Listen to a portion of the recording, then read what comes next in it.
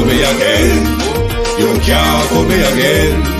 You hold me down for a very long time. Can't buy sugar, we can't buy lime. Can't buy skin and we can't buy time. You can't fool me again.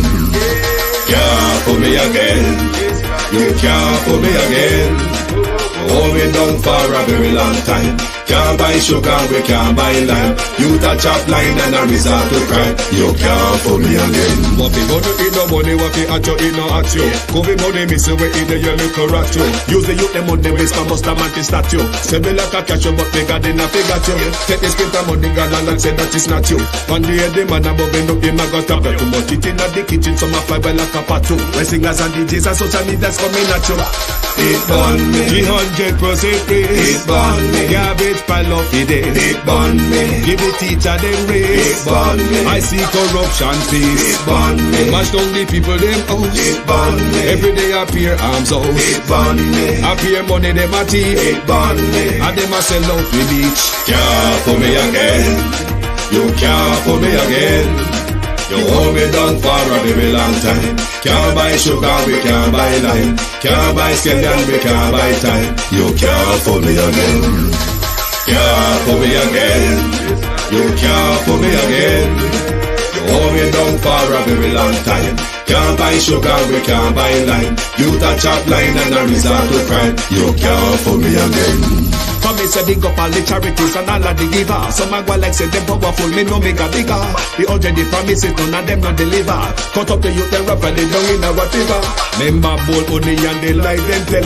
Corruption smell and they pocket them swell. When police don't a market like Satan out of hell, go mash up people start like thief when them sell. It burn me. Or they treat the market man. It burn me. Or them a treat the cat man. It burn me. Or they treat the peanut man. It burn me. Or them a treat the dirt man. It burn me. Or them a treat the sound man. It burn me. Or them a treat policeman. It burn me. Or them a treat soldier man. It burn me. Or them a treat everyone.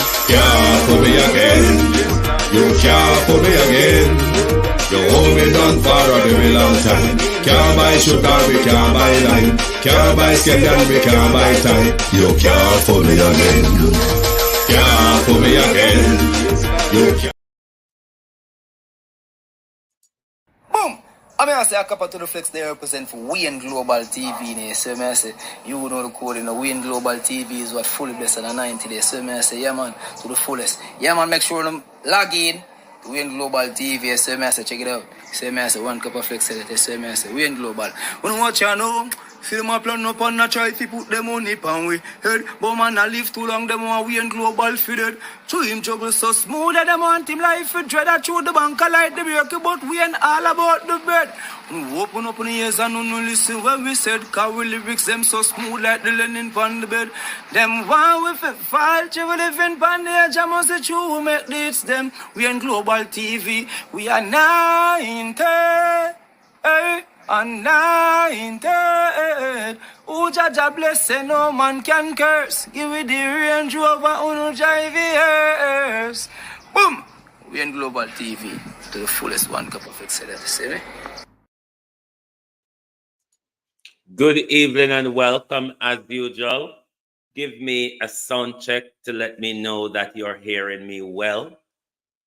If you are from the Jamaican diaspora and you're living particularly in the United Kingdom and you're asked where you're from, you might just answer that one from once. But if you are born, bred in Britain of Caribbean heritage, you might, or of Black heritage, you might get asked the from question. In Britain, we call that the from. Good evening and welcome to Drive Time London, Lunchtime Global. If you are on London and Lisbon time, good evening. It is Drive Time Rush Hour. A lot of people are trying to make it home in this cold and miserable weather outside. If you're on the Eastern timeline, good afternoon. What is happening this year lunchtime? Welcome to Global TV. This is another of your daytime program Drive Time London, Lunchtime Global. Why am I discussing this evening the Windrush Generation? I'm not one that is going to get into the business of celebrities and whatever is happening in their personal life on social media. But I'm sure we were all aware of Nigeria's most popular Afrobeat artist, Burna Boy. And we are all aware of Jada Kingdom, likewise aware of Steffla Don as well. And the love triangle brew that seemed to be happening on social media. That is not what we're going to discuss this evening. But on the back of that, we will look at a wider context of classism, ethnicity, nationality, racism, and all that intermingling. Where you're from is a question. It's a phrase that regularly irritates the children, the descendant of the Windrush generation, or the Black descendant in Britain, who their parents came here after World War II to rebuild war-torn, ravished Britain. Because of the structural and institutional racism, the generation of the Windrush children who are born in this country never at any point feel as if they are English or British. If you speak to most or majority of them today, they're going to always identify as where their parents come from. I'm Jamaican, I'm Bayesian, I'm Guyanese, so on and so forth. They're not going to tell you I'm British. They don't identify to that Britishness because there is a history of institutional and structural racism that they never feel a part of this British society. If we remember this from question was the same thing that brought down Lady Hussey, who was one of Elizabeth's chambermaid. She asked at a function at the palace. She asked the same from question to one of the invitees to the function at the moment. I think she's of Nigerian descent, Ngozi Fulani. And that from question cost her job under Charles' tenure.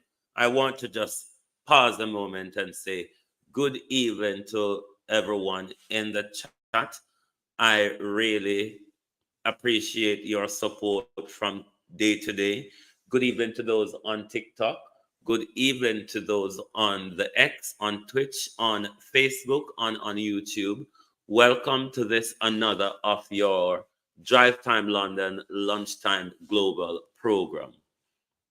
And we are on the back of the love triangle happening between surround Burna Boy, Steffla Don, and Jada Kingdom. We are discussing a wider context, and the discussion of this wider context is in relation to a lot of the comments spewing on social media, particularly to some of the bashing that Steffla Don is getting on social media. But get back to Lady Hussey. In Britain, the question is always asked by Caucasians when you have an interaction with them, where you're from. And if first, second, third generation Britain say, I'm from, say, Brixton, you're going to get asked, but know where you're from. And that's where the from comes from. So that was the same situation that existed in the palace during that function early in Prince Charles' tenure. And Lady Hussey has to go because of that. This from question is a broad question across British society. First, second, third generation African descendant, especially we're talking about those from the Caribbean at the moment, face not only from the Caribbean, across the Black diaspora in Britain, face that from question. But we're speaking for now particularly to the Windrush generation. The children of the Windrush generation never identify themselves up until today. And given the Windrush scandal, that we knew a lot of the children of that generation was affected by deportation, loss of their rights to everything in this country. Some of them were deported, some of them lost their rights. And it took a lot of struggle. Even the compensation is something that dragged itself slowly out, even those who were to be compensated, who were affected, and it's a still ongoing issue. So because of all of these issues, the descendant of the Windrush generation never identify themselves as British. They always, when you have that conversation with them, will identify to their parents' heritage. And even though growing up in Britain, will identify to the heritage, their parent cultural background and nationality, rather than in the country they grow up. Because even though growing up here, they still grow up in strong West Indian, Caribbean back home. They still grow up in strong Caribbean background and the whole cultural aspect of the Caribbean. So that is what that generation of Britain identifies with. Slightly, it is more different for the descendant of those who comes from the continent of Africa within that time and have a thriving generation in Britain also. The children of those from the of the Africans from the continent, they identify with the landmass at home and is accepted. It is not so for those in the Africans in the Caribbean community, because we know there is a huge cultural issue and cultural identity, whether we identify as Africans or we just want to purely be called Jamaicans. But even for some of us who always don't want to identify as I'm an African or my descendant is from Africa. But when Peter Tosh song comes on, no matter where you come from, as long as you're a black man, you're an African. Most of us would dance our feet off to that. But otherwise, in conversation, a lot of us will totally blank out and deny our African identity. So the children of continental heritage identify to that heritage and is accepted. In those from the Caribbean heritage is quite much of a difference. And I have a lot of friends who regularly complain about the same scenario. because, as I said, because of the institutional and structural racism and the fight to be accepted in Britain, the Windrush generation children never feel accepted or wanted or tolerated in this country. The issue is the Jamaican diaspora or the Caribbean diaspora doesn't accept them as Jamaicans. And these preceding generation from the Windrush go around with this confusion that they don't have a place, they don't have a belonging because they do not feel a part of the British society. Neither they do not feel acceptance from the Caribbean diaspora because they're always referred to as foreigners. A lot of them, another context to it where there is a context to it in Britain here.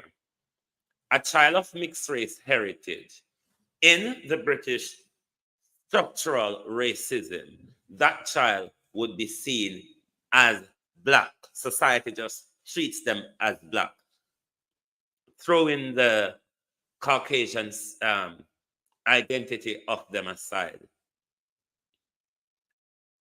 The black community will accept their mixed cultural identity, but at the same time, the black community will also turn around and tell them you're half-breed. And that creates a confusion for first, second, third generation descendant of the Windrush generation who were born here. They do not feel accepted here, and they do not feel like their parents' culture or country or nationality accept them. And it leaves them in a weft of bewilderment because should we all have to get up and leave Britain now? The children of the African descendant know exactly where they're going. The children of the Windrush descendant is in that bewilderment. If that is the case, where do we go? Where do we belong? Which country do we belong to? Who will accept us? So, for those of you who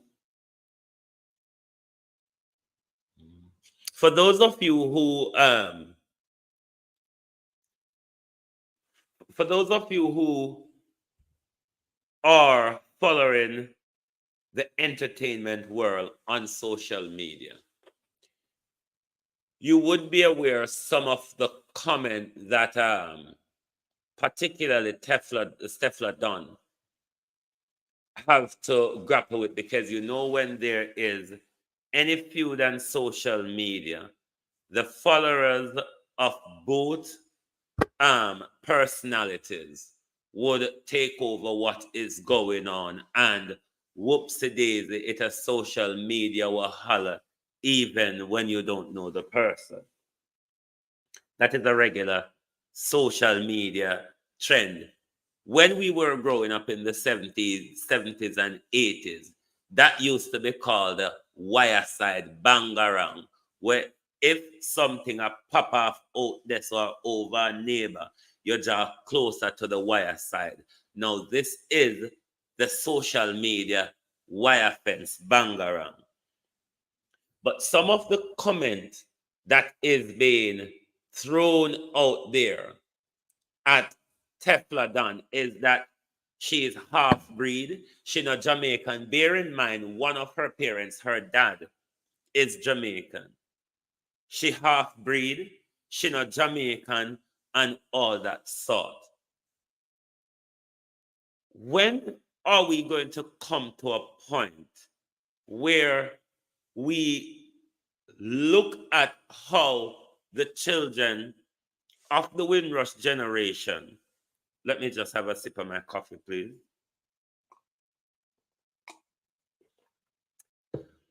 And yes, it's 20 minutes past 6 in the UK. And yes, I do drink coffee right through the day. I'm a coffee addict. I have it right through the day. It's my next best drink to anything else. But If you live in Britain and with the whole structural structural and institutional racism, which never allowed generation of the Windrush to get comfortable enough to say, I'm a part of this country. Over here, when you're filling out an application form, there's a whole string of whoever you are and what you might be. African Caribbean, Black, British Black, Caribbean Black, African Black, African Caribbean mix, and a whole plethora of pigeonholing that you have to work through. Even though these things are not mandatory on application forms, but you would come amongst them on most application form. You're asked to to specify and break down what nationality and ethnicity you identified with. And in Britain, identity and ethnicity and nationality get intertwined, puddled up, and confused. And half the time, people are having a conversation with regards to whether be ethnicity or nationality. It become an intertwine of all of them mixed with race and everything else, which skewed the conversation where it not ought to be. For those of the children of the Caribbean descendant on the American side of things, not quite so, even though you have American, Black American, African American, but there's a different feel to that descendants of generation from Jamaican migrants to the United States. They feel like they are American. They have that feeling of an acceptance, regardless of the gruesome racism, the broad open Trump racism in America. But that descendant of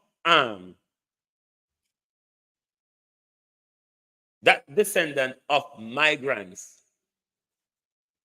that would align to the whole Windrush period that went to America, their children identify with being American, whereas the descendant of the Windrush generation who came here do not identify as British at all, because up until today, the same structural racism, the same structural and institutional racism that their parents have to fight against, they are still engaging with that fight on a day-to-day basis. So how do we, as the Caribbean diaspora, and the diaspora, the Jamaican Diaspora Council, maybe they would be interested to look into issue like this. How does Jamaica on a whole treat the Jamaican diaspora, particularly those of the Windrush generation? Does Jamaica at home and Jamaica in the diaspora make the children of the generation of the Windrush feel like they are a part of the Jamaican society? You would want to ask the question, are they British or are they Jamaican? Or why do they not claim both identity? The issue is not just with identity. The issue is with belonging. They do not feel like they belong in Britain. They feel they're just here like migrants, like the rest of us who migrate from wherever else in the world. That's the feeling, that structural and institutional racism that the Windrush generation has to grapple with. The first generation children of the Windrush generation of the 60s and 70s have to demonstrate and riot throughout Britain in the 70s and 80s to bring a curve to the violent side of racism that was meted out to the Windrush generation on their first generation children. Is it now time, and is this now a task for the Jamaican diaspora, to not only look at those in the diaspora who are migrants directly from the Caribbean diaspora, but the children? How do the children of the Caribbean diaspora feel towards their parents' country? How does their parents' country treat them? Do they feel the acceptance? And if not, what is us as a country going to do? What the organizations such as the Global Jamaican Diaspora Council is prepared to do to water down some of these issues, bring everybody on board together to look at ways how we can bring unity between the Jamaicans at home in the diaspora and the generation of children that are born of the Windrush descendant in Britain.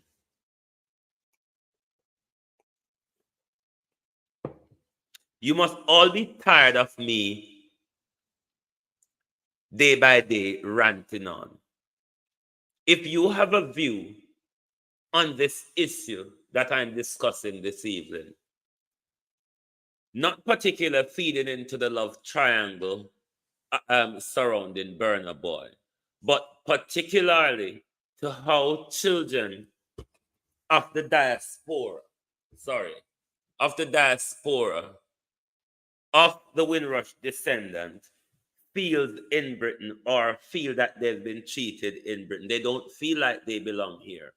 They don't feel like the Jamaican community in Britain accept them as being Jamaican. They don't feel like the Jamaican community at home accept them as Jamaicans.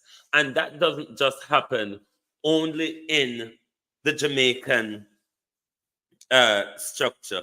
I've also have friends who are of Guyanese descent who they are having the same feeling. It's across the Caribbean diaspora where the children of that generation who came here to rebuild Britain, they do not feel a part of Britain, nor they do not feel accepted by their parent host country.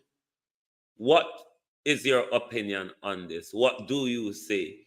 Is there anyone on the line that have such experience and would want to expand on that? But it is a real situation. The number is on the screen, 07956 907 089.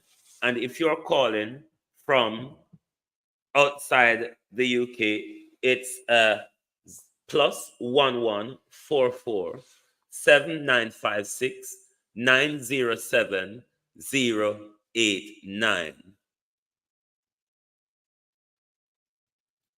Who started the narrative of them to feel excluded? It's the way they feel. This narrative is a narrative that their parents, their grandparents who came to the UK endure and fight against. The structural racism, they never feel a part of this society. Then carry on into the generation developing. They also do not feel a part of the Jamaican society, because in England here, even though a lot of them would refer to themselves as Jamaican, we in England here would refer to them as British. When they come to Jamaica, they want to be referred to as Jamaican. You refer to them as foreigners. So, in that context, they don't feel acceptance anywhere, neither in Britain nor within the Caribbean diaspora.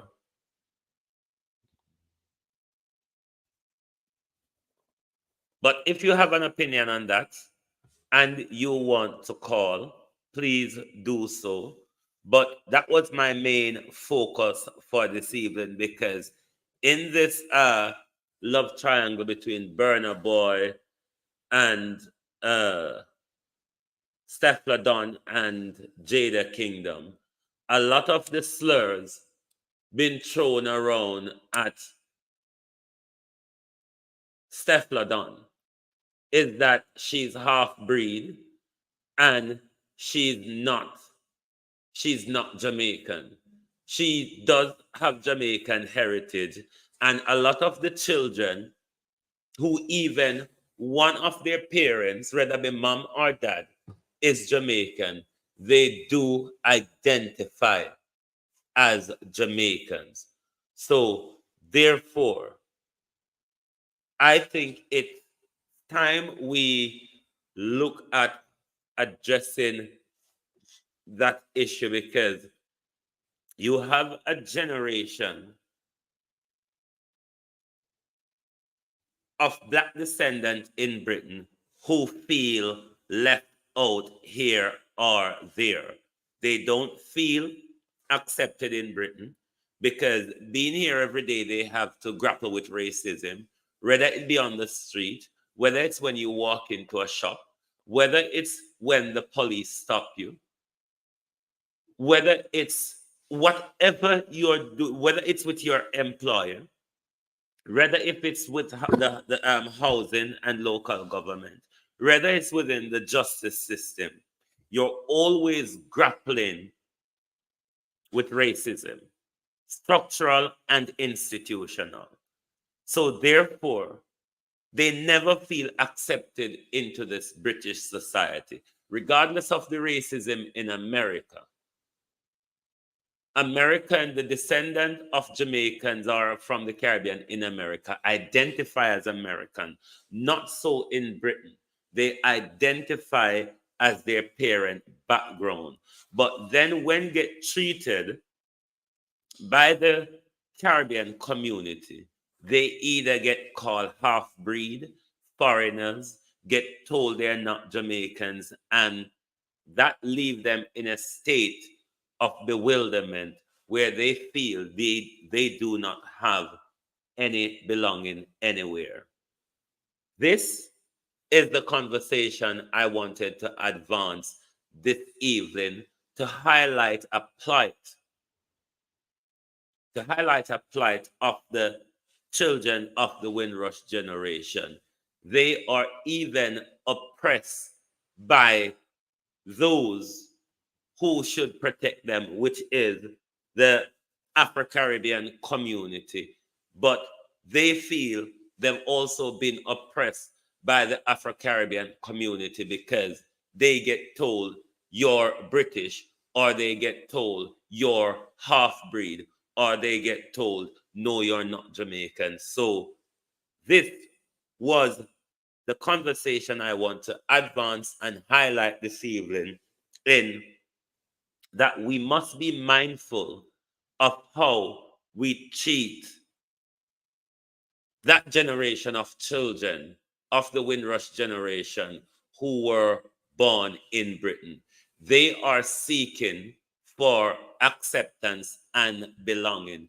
Is it time? Because the structural and institutional racism exists in the United Kingdom. Let me take this call. Are you calling to give an opinion on what we are discussing? And can I give your name on live, or do you want to remain anonymous? Okay, Angela, let us hear your views on the issue we're discussing. No, well, I was born here, but I spent 14 years in Jamaica. You know, me, I got two sisters as well. Yeah. Yes. I think they have a Windrush fund or something in it. Yes, they do, but it's a long drawn out, long foot jogging process. Because someone was telling me to apply for it, but I just can't get bothered. Yeah, I mean, I don't really feel left out. But when I was in Jamaica, I didn't want to come back here. Mm-hmm. But now I'm here. I don't really want to live in Jamaica. They're on holidays and so on. But you know, I'm not left out. But there is racism here, but I couldn't deal with it. But can you understand that generation though that feels like they're not accepted in Britain but not fully accepted by the Jamaican society or the Caribbean society? Yes, I can understand it.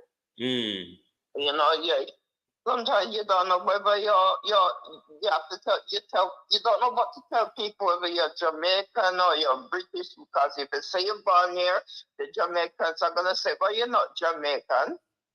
Exactly. And that is some of the things a lot of my friends grapple with. They get told you're not Jamaican.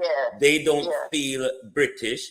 Or some of them, if they're mixed heritage, they get told they're half breed. And it left them in a state of bewilderment where they don't feel accepted in Britain, but still they don't feel a belonging to the wider Caribbean. Well, with that, I don't really have no problem because, like I said, I spent 14 years in Jamaica. When I was there, I didn't want to come back here. You know, I grew up there from I was small. Yeah. So, you know, I think it's more like if you're born here and you stay here, you never lived in Jamaica, and you go on holiday for the culture stuff or whatever, you know, it's like you don't really feel like you belong in Jamaica. But even though your mother and father was Jamaican and they grew here as a Jamaican, eat Jamaican food and all that, you know, but I don't know. But do you think this generation is ever gonna feel the acceptance they deserve or desire in Britain? Yeah, man. Because I don't feel no way, because with me, I don't keep company full stop. And if I go on the bus and I want to sit down and somebody's on the seat and don't want to sit down, pull up that backside. Yeah. So, yeah. It's like one day I was on the bus. I went on and I was on the bus with my granddaughter, and there was a white woman sitting beside me. You know, my granddaughter, she's fugitive. Yeah. This woman get up and go and I start grumble. I tell her I saw something on that bus. You see?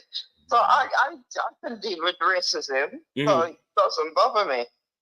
You know? Yeah. You know, but a lot of us have thick skin when it comes to that, but then a lot of people also do cave in and are not able to deal with that coming at you every day scenario.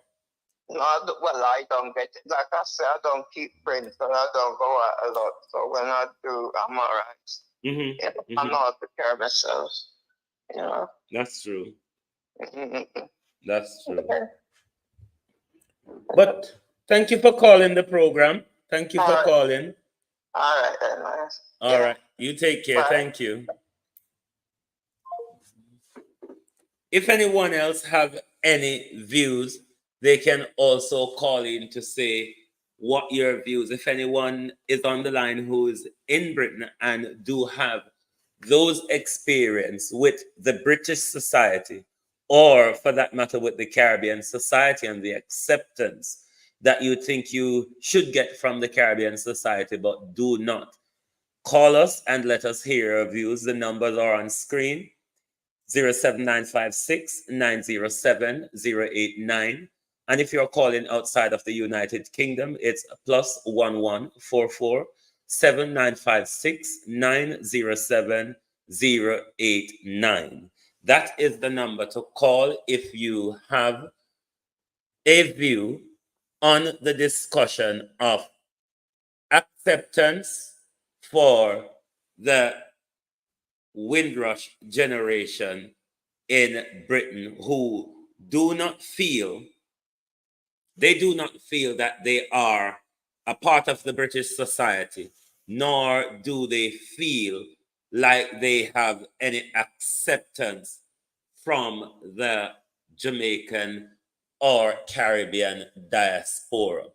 Is this an issue for the Global Jamaican Diaspora Council to look at a wider basis of how we can bring in, because the Jamaican Global Diaspora Council is meant to cover all of the generations of Jamaicans who are born within the diaspora, but we're particularly dealing with those of the Windrush generation onwards who are born in the UK.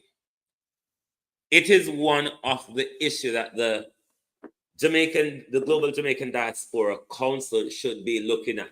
How can we network? What initiatives can we put in place to make sure that the children of the Windrush generation feel the acceptance, even though not being able to feel acceptance in Britain after 70 odd years of generations spanning? What can we as Jamaicans in the diaspora and at home do to make sure the children of Jamaicans abroad feel the welcome, the belonging, and the wanting of the Jamaican society that we do feel proud of?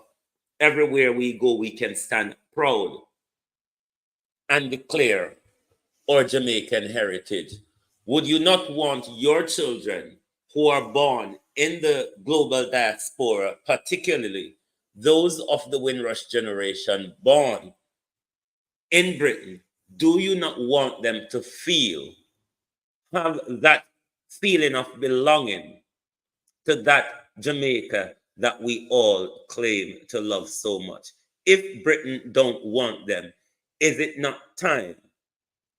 Is it not time, if Britain doesn't want them, is it not time for us to say these are the generations of Jamaica, and here they do have acceptance and belonging? If no one wants to call in, this is where we bring it to a close. Thank you very much, Jamaican callers. Good evening and welcome. Debbie Jervis, good evening. Jamaican Foodie, good evening. David, good evening. Slim, good evening. Good evening to Kate and JJ. Sunshine, welcome as always. Patricia, welcome. Wellness Warrior, welcome. Welcome and good evening to everyone. Lorna, welcome. Good evening to everyone on the live. I really appreciate your support. To those of you on TikTok, thank you very much for being here. I really love your support. Continue to top up the screen, please. Continue to top up the screen. Even if you're passing and you're staying for a minute or so, continue to top up the screen while you're there. Prof. Gorgeous Lady, good evening. Kick Rocks, good evening and welcome. Overcomer, good evening and welcome. Thank you very much for being here. I really appreciate your support. But this is where Andrea Jones Hamilton Wilson, good evening. This is where Lilith Foster, good evening. Janet Bailey, good evening. Notorious B.I.G., good evening and welcome. Thank you all. Perspective Power, good evening. Thank you all and welcome for being here this evening. I really appreciate the support. I will go off now and try to have a bit of cycling for an hour or so and help myself to prepare for this evening's program. But this is where we take it down this evening. Thank you all very much for joining us. I really appreciate your support. I cannot say much in words. I cannot say much in words how important and appreciated your support to my YouTube channel and my social media channel. Good evening, Faith Forbes. Good evening. Faith is my sister. Good evening, Faith. How are you? Are you in your usual rush hour drive and road rage? Or are you at home? Good evening, Colleen Humphreys. Good evening and welcome to Global Television. Thank you very much for joining us. But if no one has any view on the issue we've discussed this evening, we hold on a second. Let me take a call. Good evening and welcome to Global Television. Are you calling? Hello? Are you calling to give a view Yes. and the discussion? Yes, this is Patricia Matthews. How are you? Good Mr. evening, Wade? Patricia, and welcome to Global Television. Thank you very much for calling. Yes, I'm sorry I called at the last minute. I was trying to punch in the numbers in before I could call. But it's a very interesting conversation regarding the Windrush and in the terms of acceptance of between both Jamaicans and the British. I had a similar experience with my siblings years ago because, me and my youngest brother were the only ones born in the UK. And then my siblings used to always tell me, well, you're not Jamaican, so you don't belong in Jamaica. I said, well, I was cut out from the same vine like the rest of you. Precisely, and that's how a lot of the Windrush generation feels and see it. Right. But I was born in the 60s, so I can understand how that goes, Yeah. But, I tell them, I said to them, look, we are one blood, so however you discriminating against me, just because I was born 5,000 miles across the water from the rest of you, that doesn't separate us at all because we're still the same family. It is rather true. And this is where we need to get to with the whole African Caribbean thing, where we identify in blackness, but not identify in the African ethnicity. I agree. So it is also a wider problem for us to look at as a global diaspora. How do we identify? Are we going to continue with the divisive identity and pigeonhole identity that we were given? Or are we going to come together as a people and identify ourselves? True. Because even my dad, I said to my dad, why don't you try to apply for a Jamaican passport? This was years ago. He said, well, he doesn't feel that he's Jamaican. I said, but you was born on that soil. The only difference is that they just, became independent in 62. Yeah. So, it's the same soil. Nothing about you has changed. Exactly. And even that, you can even have more than one passport if that's the case. Because many people do now. Many people do have dual citizenship now, yes.